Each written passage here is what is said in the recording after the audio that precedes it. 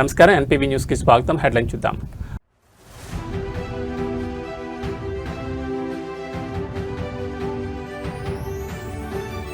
మహిళా రిజర్వేషన్లపై కేంద్రం కీలక నిర్ణయం. రేపు పార్లమెంట్ మీదకు సవరణ బిల్లు.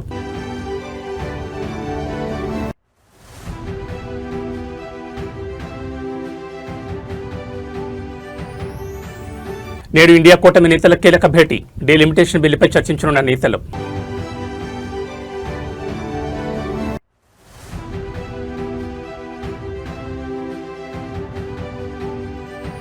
గ్రామాల్లోనూ అన్నా పిలుపు. నేడు 62 అన్నా క్యాంటీన్లను ప్రారంభించనున్న సీఎం చంద్రబాబు.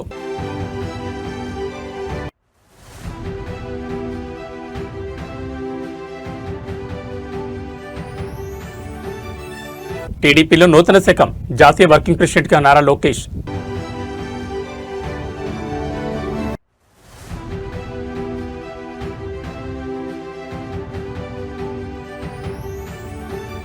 రేవంత్ తీరుపై జీవన్ రెడ్డి రెబల్ గళం. కాంగ్రెస్ వర్గాల్లో పెను ప్రకంపనలు.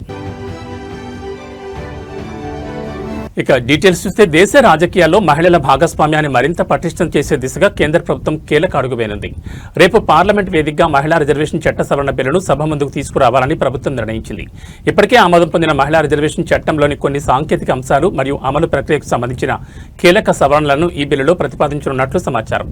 చట్టసభల్లో మహిళలకు కేటాయించిన 33% కోటా అమలును వేగవంతం చేయడం, నియోజకవర్గాల పునర్విభజన మరియు జనాభా గణనతో దీనికి ఉన్న అనుసంధానంపై ఈ సవరణలు స్పష్టత ఇచ్చే అవకాశం ఉంది. ఈ బిల్లు పార్లమెంట్ ముందుకు వస్తున్న నేపథ్యంలో అటు అధికార పక్షం ఇటు విపక్షాలు తమ వ్యూహాలను సిద్ధం చేసుకున్నాయి.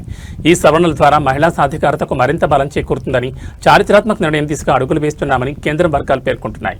రిజర్వేషన్ అమల్లో జాప్యం జరగకుండా తక్షణమే అమలు చేయాలని మరియు ఓబీసీ మహిళలకు ఉపకోటా కల్పించాలనే డిమాండ్ను విపక్షాలు మరోసారి లేవనెత్తే అవకాశం కనిపిస్తోంది. ఒకవేళ ఈ సవరణ బిల్లు ఉభయ సభల ఆమోదం పొందితే రానున్న ఎన్నికల నాటికి మహిళా రిజర్వేషన్ల అమల్లో ఉన్న అడ్డంకులు తొలగిపోయే అవకాశం ఉంది. దేశవ్యాప్తంగా మహిళా లోకం ఈ బిల్లులోని ముసాయిదా అంశాల కోసం ఆసక్తిగా ఎదురుచూస్తోంది. కేంద్ర ప్రభుత్వం రేపు పార్లమెంట్లో డీలిమిటేషన్ బిల్లు ప్రవేశపెట్టనున్న నేపథ్యంలో జాతీయ రాజకీయాలు ఒక్కసారిగా వేడెక్కాయి. కేంద్రం నుంచి అధికారిక ఎజెండా వెలువడడంతో దీన్ని ఎదుర్కొనేందుకు ఇండియా కూటమి సిద్ధమవుతోంది. ఈ కీలక అంశంపై చర్చించేందుకు నేడు మధ్యాహ్నం 3 గంటలకు ఏఐసీసీ అధ్యక్షుడు మల్లికార్జున్ ఖర్గే నివాసంలో కూటమి నేతలు సమావేశం కానున్నారు. నియోజకవర్గాల పునర్విభజన వల్ల దక్షిణాది రాష్ట్రాలకు జరిగే నష్టం, రాజకీయ పరిణామాలపై ఈ భేటీలో ప్రధానంగా చర్చించనున్నారు.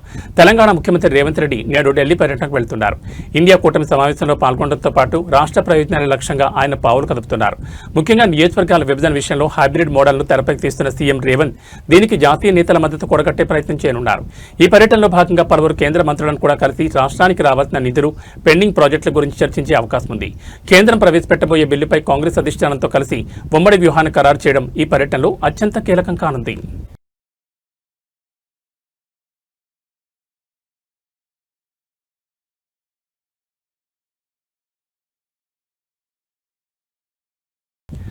ఆంధ్రప్రదేశ్ రాష్ట్రంలోని గ్రామీణ పేదల కోసం మరో కీలక నిర్ణయానికి నేడు శ్రీకారం చుడుతున్నారు ముఖ్యమంత్రి చంద్రబాబు నాయుడు. అమరావతితో పాటు రాష్ట్ర వ్యాప్తంగా గ్రామీణ ప్రాంతాల్లో ఏర్పాటు చేసిన 62 అన్నా క్యాంటీన్లను సీఎం చంద్రబాబు నేడు వర్చువల్ విధానంలో ప్రారంభించనున్నారు. పేదలకు తక్కువ ధరలో నాణ్యమైన భోజనం అందించాలనే లక్ష్యంతో ఈ అన్నా క్యాంటీన్లను ప్రభుత్వం అందుబాటులోకి తీసుకొచ్చిన విషయం తెలిసిందే. కాగా ఇప్పటివరకు సిటీలు, పట్టణాలకు పరిమితమైన ఈ అన్నా క్యాంటీన్లు ఇప్పుడు గ్రామాల్లో కూడా అందుబాటులోకి వస్తున్నాయి. ఇవాళ సీఎం చంద్రబాబు అమరావతికి చేరుకోనున్నారు. అనంతరం అక్కడ అన్నా క్యాంటీన్ను సందర్శించి పేదలతో కలిసి భోజనం చేయనున్నారు. ఈ కార్యక్రమం ద్వారా ప్రజలతో మమేకమవుతూ సంక్షేమ పథకాల అమలుపై ప్రభుత్వం కట్టుబడి ఉందని సందేశం ఇవ్వనున్నారు. టెంపుల్ టౌన్ అమరావతిలో అన్నా క్యాంటీన్ ప్రారంభోత్సవం కోసం ముఖ్యమంత్రి వర్యులు చంద్రబాబు నాయుడు గారు విచ్చేస్తున్నారు.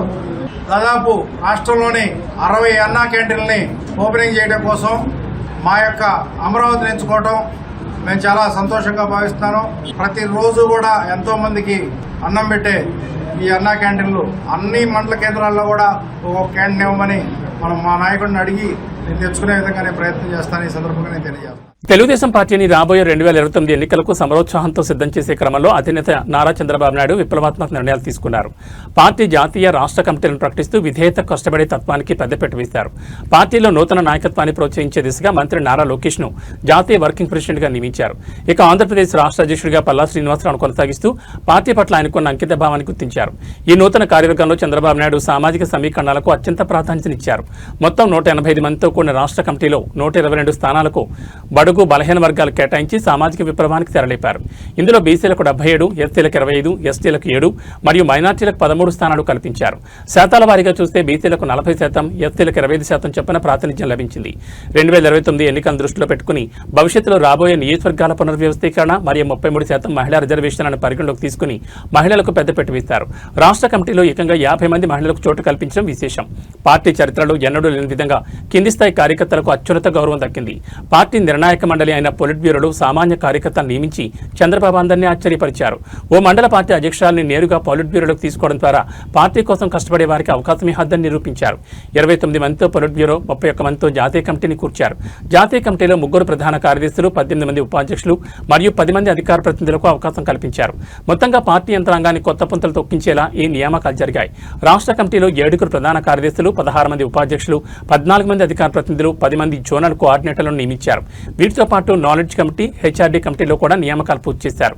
సీనియర్ల అనుభవాన్ని, యువత ఉత్సాహాన్ని సమతుల్యం చేస్తూ రూపొందించిన ఈ కమిటీలు రాబోయే రోజుల్లో పార్టీని మరింత బలోపేతం చేస్తాయని రాజకీయ విశ్లేషకులు భావిస్తున్నారు. ఒక్క పార్టీ మినహా టీమ్ 11 పార్టీ, ఆ ఒక్క పార్టీ మినహా అన్ని పార్టీలు కలిసికట్టుగా, ఇటు భారతీయ జనతా పార్టీ ఎన్డీఏలో ఉన్నా కానీ భారతీయ జనతా పార్టీ, జనసేన ఉండొచ్చు, జేడీయూ ఉండొచ్చు, అటు పక్కన కాంగ్రెస్, టీఎంసీ, ఆప్, ఎస్పీ అందరూ కూడా ముఖ కంఠంతో ఎస్ ఆంధ్ర రాష్ట్రానికి శాశ్వత రాజధాని అమరావతి అని వాళ్ళు మాట్లాడతాం. ఈరోజు కూడా నాకు వచ్చిన సమాచారం మేరకు కరెక్ట్గా 11 పార్టీలు మాట్లాడింది. సో 11 నంబర్ అనేది గత పాలకులు చేసిన పొరపాట్ల వల్ల ఆ 11 నంబర్ అనేది వాళ్ళు వెంటాడుతుంది. సో ఈరోజు కూడా అనుకోకుండా 11 పార్టీలు మాట్లాడాయి. దాంట్లో ఒక పార్టీ యాజ్ యూజువల్ వాక్అవుట్, వాళ్ళకి ఫ్యాషన్ అది. ఏపీ ఇంటర్మీడియట్ 2025-26 పరీక్షల ఫలితాలు విడుదలయ్యాయి. మంత్రి నారా లోకేష్ ఈ ఫలితాలు విడుదల చేశారు. ఈ ఏడాది 10.50 లక్షల మంది విద్యార్థులు పరీక్షలకు హాజరవగా ఫస్ట్ ఇయర్లో 77% మంది విద్యార్థులు పాస్ అవ్వగా సెకండ్ ఇయర్లో 81% మంది విద్యార్థులు ఉత్తీర్ణులైనట్టు మంత్రి వెల్లడించారు. వొకేషనల్ కోర్సుల్లో ఫస్ట్ ఇయర్ స్టూడెంట్స్ 61% పాస్ అవ్వగా సెకండ్ ఇయర్లో 74% పాస్ అయినట్లు మంత్రి వివరించారు. బాలురు బాలికల వారీగా చూస్తే ఇంటర్ ఫస్ట్ ఇయర్లో 72% బాలురు పాస్ అవ్వగా 81% బాలికలు ఉత్తీర్ణులయ్యారు. సెకండ్ ఇయర్లో బాలురు 76% పాస్ అవ్వగా 85% మంది బాలికలు పాస్ అయ్యారు. గడిచిన 12 ఏళ్లలో ఈ ఏడాది ఇంటర్ విద్యార్థులు అత్యంత ఫలితాలు సాధించారని మంత్రి అభినందించారు. విద్యార్థులు వెబ్సైట్లో హాల్ టికెట్ నెంబర్ ఎంటర్ చేయడం ద్వారా ఫలితాలను పొందొచ్చు. లేదా వాట్సాప్లో 9552300009 నంబర్కు హాయ్ అని మెసేజ్ చేసి హాల్ టికెట్ నెంబర్ను పంపితే రిజల్ట్ నేరుగా వాట్సాప్కి వస్తుందని మంత్రి నారా లోకేష్ తెలిపారు. పరీక్షల్లో ఉత్తీర్ణత సాధించలేని విద్యార్థులు అధైర్యపడొద్దని సూచించారు. మరింత పట్టుదలతో శ్రమించి సప్లిమెంటరీలో మంచి మార్కులతో పాస్ అవ్వాలని ఆకాంక్షించారు. ఈ సున్నితమైన సమయంలో విద్యార్థులకు తల్లిదండ్రులు, కళాశాల యాజమాన్యాలు మద్దతు ఇవ్వాలని విజ్ఞప్తి చేశారు.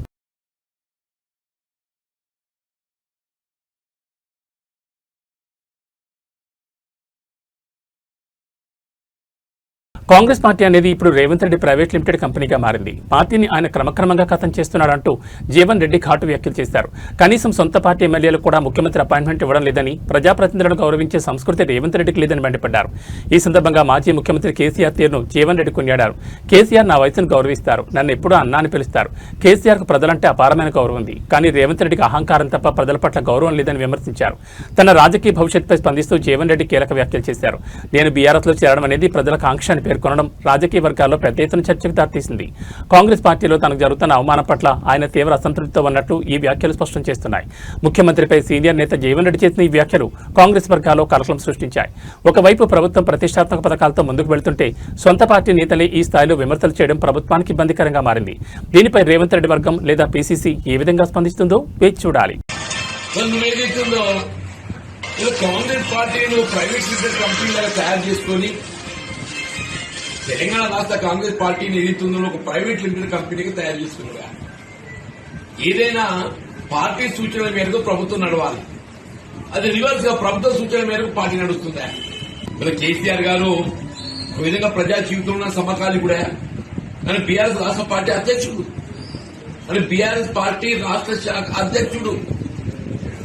ఆయన వాయిస్ లో నాకంటే పిన్న, నన్ను అన్న అంటాడు, ఆయన నన్ను అన్న అంటాడు, నా వయసును గౌరవిస్తాడు. ఆయన ఇవాళ కాదు, ఆయన ముఖ్యమంత్రిగా ఉన్ననాడు ఏదైతుందో అన్నాన్ని కేవలం ప్రతిపక్ష పార్టీ శాసనసభ్యుడికి ఏదైతుందో ఉన్నా కానీ నాపై గౌరవంతో అప్పుడు జగిత్యాల నియోజకవర్గ అభివృద్ధి కొరకు ప్రత్యేకంగా నిధులు కేటాయింపు చేసింది. ఇలా కేసీఆర్ గారు కేవలం వ్యక్తిగతంగా నా గురించి అని కాదే, ఆయన ప్రజలంటే గౌరవం, తెలంగాణ అంటే గౌరవం, నీలాగా కాదు. ఆయన ప్రజలంటే గౌరవం, తెలంగాణ సమాజం అంటే గౌరవం. ఆయన తెలంగాణ సమాజాన్ని ఏ విధంగా గౌరవించాలనేది కేసీఆర్ గారికి తెలుసు. సోషల్ మీడియాలో ముఖ్యమంత్రి చంద్రబాబు నాయుడు లక్ష్యంగా చేసుకుని అభ్యంతరకర పోస్టింగ్లు పెట్టిస్తున్నారనే ఆరోపణతో పూడి శ్రీహరిని పోలీసులు అదుపులో తీసుకున్నారు. చంద్రబాబు నాయుడు చేతిలో కత్తి ఉన్నట్లుగా యానిమేషన్ ద్వారా రూపొందించిన పోస్టింగులను సామాజిక మాధ్యమాల్లో వైరల్ చేసినట్లు శ్రీహరిపై చిత్తూరులో కేసు నమోదైంది. ఈ పోస్టింగ్లు ముఖ్యమంత్రి వ్యక్తిత్వాన్ని కించపరిచేలా ఉన్నాయని, శాంతి భద్రతలకు విఘాతం కలిగించేలా ఉన్నాయని ఫిర్యాదులందడంతో పోలీసులు చర్యలకు ఉపక్రమించారు. అదుపులో తీసుకున్న సమయంలో పోలీసులు శ్రీహరి వద్ద ఉన్న సెల్ ఫోన్, ల్యాప్టాప్ను స్వాధీనం చేసుకున్నారు. ఈ డిజిటల్ సాక్ష్యాల ద్వారా సదరు యానిమేషన్ పోస్టింగ్ల వెనుక ఉన్న మూలాలను, ఇతర కీలక సమాచారాన్ని సేకరించే పనిలో చిత్తూరు పోలీసులు నిమగ్నమయ్యారు. వీటిని ఫోరెన్సిక్ విశ్లేషణ కూడా పంపనున్నట్టు తెలుస్తోంది. శ్రీహరి అరెస్టును వైఎస్ఆర్సీపీ శ్రేణులు ఖండిస్తున్నాయి. కక్షపూరిత రాజకీయాల్లో భాగంగానే ప్రభుత్వం సోషల్ మీడియా కార్యకర్తలను, పార్టీ నేతలను వేధిస్తుందని ఆరోపిస్తున్నారు.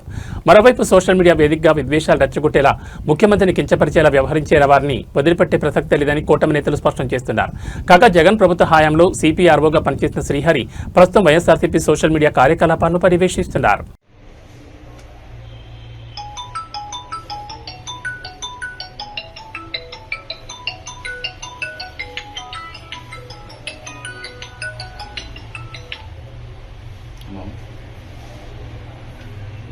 ఫుటేజ్ చూస్తున్నాం, తీరుస్తాను.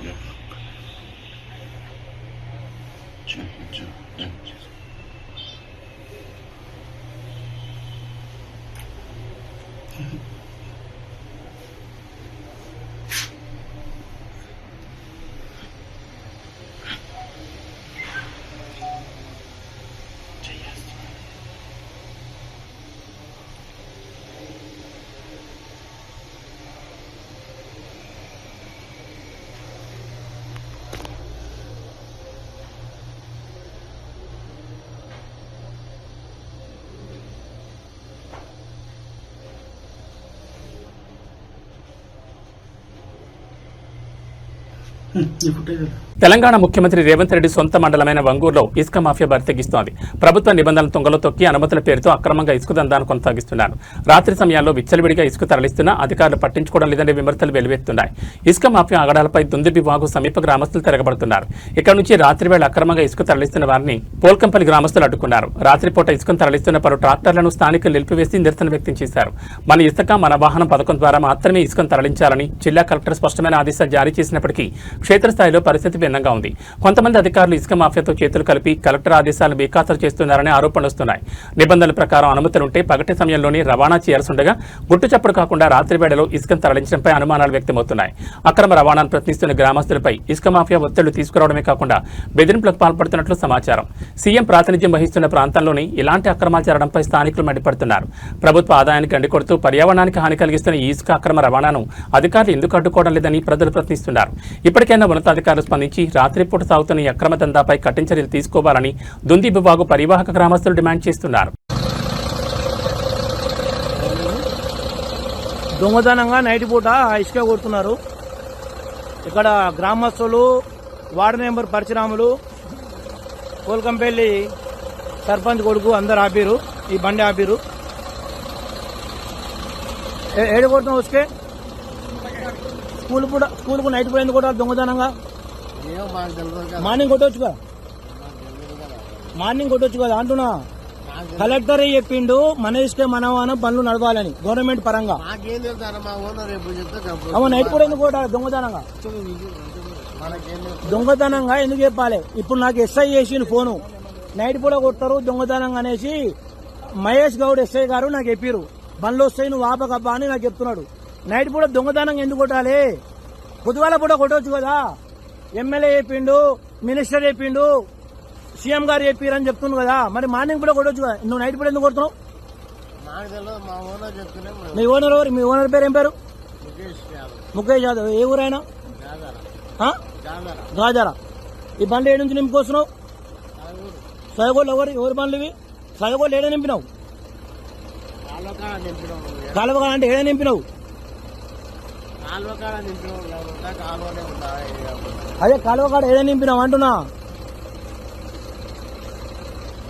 పోల్కంపల్లి గ్రామస్తులు అందరూ ఆపిరు. వార్డు మెంబర్ పరశురాములు, సర్పంచ్ పోల్కంపల్లి సర్పంచ్ వాళ్ళ కొడుకు కూడా ఆపింది ఇక్కడ బండ్లు. ఇక్కడ ఇసుక నైట్ పూట. ఇప్పుడు టైం ఎంత అయిందంటే దాదాపుగా 12:30 అవుతుంది. ఈ బండి ఒక ఎస్ఐ మహేష్ గౌడ్ ఉసుకే బండ్లు వస్తున్నాయి, నువ్వు ఆపకు, ఇది స్కూల్కు అంటున్నాడు. మరి మన ఇసుక మన గవర్నమెంట్ పాలసీ వచ్చింది కదా, కలెక్టర్ చెప్తున్నాడు, ఆర్డీఓ చెప్తున్నాడు, ఎంఆర్ఓ గారు చెప్తున్నారు మన ఇసుక మనం అనేసి గవర్నమెంట్ పాలసీ ఉందని. అంటే గవర్నమెంట్ కు దండి కొట్టే విధంగా ఈ పాలక వర్గం, ఈ అధికార పార్టీ కొమ్ములు కాస్తున్నారా? వీళ్ళందరూ ఈ అధికార పార్టీ కొమ్ములు కాస్తున్నారా? ఇది మైనింగ్ శాఖకు సంబంధించిన ఇసుక మాఫియా. ఒక ఎస్ఐ మహేష్ గౌడ్ నాకు ఫోన్ చేసి ఉసుక నా పోదని చెప్తున్నాడు. ఇంకో ఈయన వచ్చి నేను పేరేం పేరు రాజు. నైట్ పూట బండ్లు పట్టుకుంటే మేము నాకు తెలిసి ఇవ్వాలా ఈ రోజు వస్తున్నాయి. ఇంకో ఉసుక మొత్తం ఫుల్ లోడ్ వచ్చింది. ఒక మహేష్ గౌడ్ చెప్తున్నాడు, ఎస్ఐ గారు చెప్తున్నాడు. ఏమని చెప్తున్నారు వారంటే, సురేందర్ నువ్వు బండ్లు ఆపకు, ఇది స్కూల్ కోసం వస్తుంది అంటున్నారు. అవునండి, గవర్నమెంట్ పాలసీ పెట్టారు కదా, మన ఇసుక మన వాహనం అనేది ఒక పాలసీ పెట్టిరు. కలెక్టర్ గారు చెప్పారు, ఆర్డీఓ చెప్పిండు, ఎంఆర్ఓ చెప్పాడు. ఈ దొంగతనంగా ఇసుక ఎందుకు నడిపిస్తున్నారు? బీహార్ రాజకీయాల్లో పెనుమార్పు చోటు చేసుకుంది. బీహార్ నూతన ముఖ్యమంత్రిగా బీజేపీ నేత సామ్రాట్ చౌదరి ప్రమాణ స్వీకారం చేశారు. రాజ్భవన్లో జరిగిన ప్రత్యేక కార్యక్రమంలో గవర్నర్ ఆయనతో ప్రమాణం చేయించారు. సామ్రాట్ చౌదరితో పాటు డిప్యూటీ సీఎంగా విజయ్ కుమార్ చౌదరి ప్రమాణ స్వీకారం చేశారు. బీహార్ రాజకీయ చరిత్రలో ఇది ఒక మైలురాయిగా నిలవనుంది. ఇప్పటి వరకు ప్రాంతీయ పార్టీల నీడలో లేదా సంకీర్ణ భాగస్వామిగా ఉన్న బీజేపీ తొలిసారిగా నేరుగా ముఖ్యమంత్రి పీఠాన్ని దక్కించుకోవడం విశేషం. సీఎంతో పాటు నూతన మంత్రివర్గం కూడా కొలువుతీరింది. సామాజిక సమీకరణాలను దృష్టిలో ఉంచుకుని మంత్రివర్గంలో వివిధ వర్గాలకు చోటు కల్పించారు.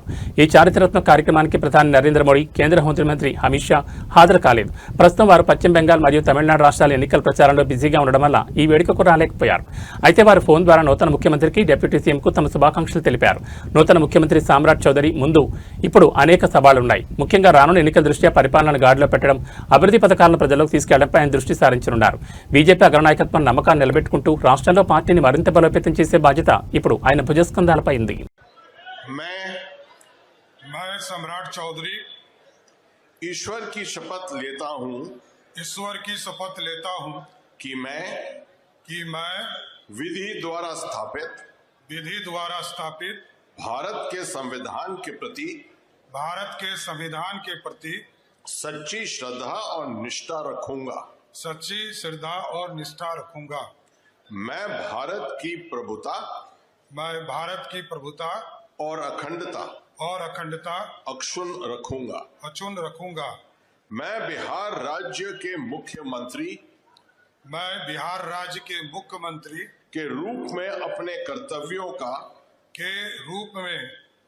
कर्तव्यों का श्रद्धापूर्वक और शुद्ध अंतःकरण से निर्वहन करूंगा तथा मैं भय या पक्षपात अनुराग या द्वेष के बिना सभी प्रकार के लोगों के प्रति संविधान और विधि के अनुसार न्याय करूंगा।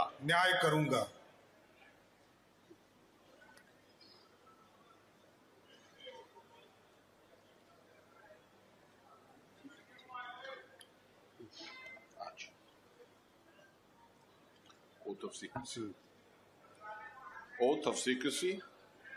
मैं सम्राट चौधरी ईश्वर की शपथ लेता हूं कि जो विषय बिहार राज्य के मुख्यमंत्री के रूप में मेरे विचार के लिए लाया जाएगा अथवा मुझे ज्ञात होगा उसे किसी व्यक्ति या व्यक्तियों को तब के सिवाय जबकि ऐसे मुख्यमंत्री के रूप में अपने कर्तव्यों के सम्यक निर्वहन के लिए ऐसा करना अपेक्षित हो। मैं मैं प्रत्यक्ष अथवा अप्रत्यक्ष रूप से संसूचित या प्रकट नहीं करूंगा।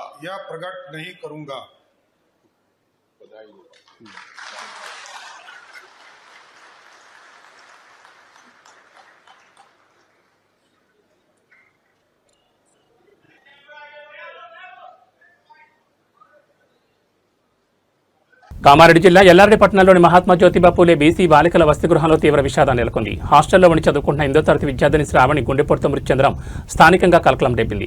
నస్రుల్లాబాద్ మండల కేంద్రానికి చెందిన శ్రావణి ఎల్లారెడ్డి బీసీ గర్ల్స్ హాస్టల్లో ఉంటూ 8వ తరగతి చదువుతోంది. కాగా బుధవారం విద్యార్థిని అకస్మాత్తుగా తీవ్ర అస్వస్థతకు గురై ప్రాణాలు కోల్పోయింది. అధికారులు విద్యార్థిని ఎల్లారెడ్డి ప్రభుత్వ ఆసుపత్రికి తరలించగా అప్పటికే మృతి చెందినట్లు వైద్యులు ధృవీకరించారు. శ్రావణి మరణవార్త తెలుసుకున్న తల్లిదండ్రులు, బంధువులు ఆసుపత్రికి చేరుకుని తీవ్ర ఆవేదన వ్యక్తం చేశారు. 14 ఏళ్ల చిన్న వయసులో గుండెపోటు రావడం ఏంటని వారు ప్రశ్నిస్తున్నారు. విద్యార్థిని మృతిపై తమకు అనేక అనుమానాలున్నాయని, హాస్టల్ నిర్వాహకులు నిర్లక్ష్యం ఉందేమోనని ఆరోపిస్తూ ఆసుపత్రి ఎదుట ఆందోళన దిగారు. తమ బిడ్డ మృతిపై సమగ్ర విచారణ జరిపించాలని, బాధ్యులపై కఠిన చర్యలు తీసుకోవాలని తల్లిదండ్రులు డిమాండ్ చేస్తున్నారు. ప్రభుత్వం స్పందించి తమ కుటుంబానికి న్యాయం చేయాలని వారు కోరుతున్నారు. ఆసుపత్రి వద్ద ఉద్రిక్తత నెలకొనడంతో పోలీసులు పరిస్థితిని సమీక్షిస్తున్నారు.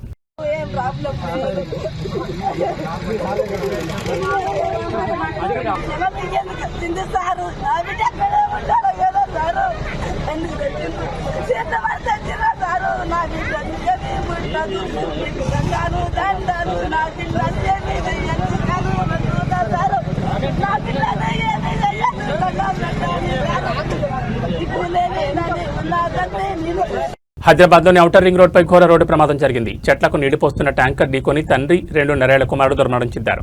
హనుమకొండకు చెందిన కాటంగూరి వేదప్రకాష్ రెడ్డి బెంగళూరులో సాఫ్ట్వేర్ ఇంజనీర్గా పనిచేస్తున్నాడు. ఆదివారం హనుమకొండలో దేవుడి పండుగ ఉండడంతో కుటుంబంతో కలిసి తన కారులో బెంగళూరు నుంచి వచ్చాడు. మంగళవారం భార్య హిమబిందు, 2.5 ఏళ్ల కొడుకు అర్జున్తో పాటు కజన్ దుర్గాప్రసాద్, అతని భార్య శ్రీజతో కలిసి తన కారులో బెంగళూరు బయలుదేరాడు. ఈ క్రమంలో ఘట్కేసర్ వద్ద ఓఆర్ఆర్ ఎక్కారు. పెద్దాంబర్పేట వద్ద నీళ్లు పోస్తున్న ట్యాంకర్ను ఢీకొట్టాడు. దీంతో కారు ముందు భాగం నుచ్చునుచ్చాయింది. ఈ ప్రమాదంలో ముందు కూర్చున్న వేదప్రకాష్, అతని కొడుకు అర్జున్ అక్కడికక్కడ దుర్మరణం చెందారు. మిగిలిన ముగ్గురు తీవ్రంగా గాయపడ్డారు. ప్రమాదం గురించి సమాచారం అందుకున్న పోలీసులు ఘటనా స్థలాన్ని చేరుకుని సహాయక చర్యలు చేపట్టారు. క్షతగాత్రులను ఆసుపత్రికి తరలించారు. కాగా మిగతా ముగ్గురు పరిస్థితి కూడా విషమంగానే ఉందని పోలీసులు చెబుతున్నారు.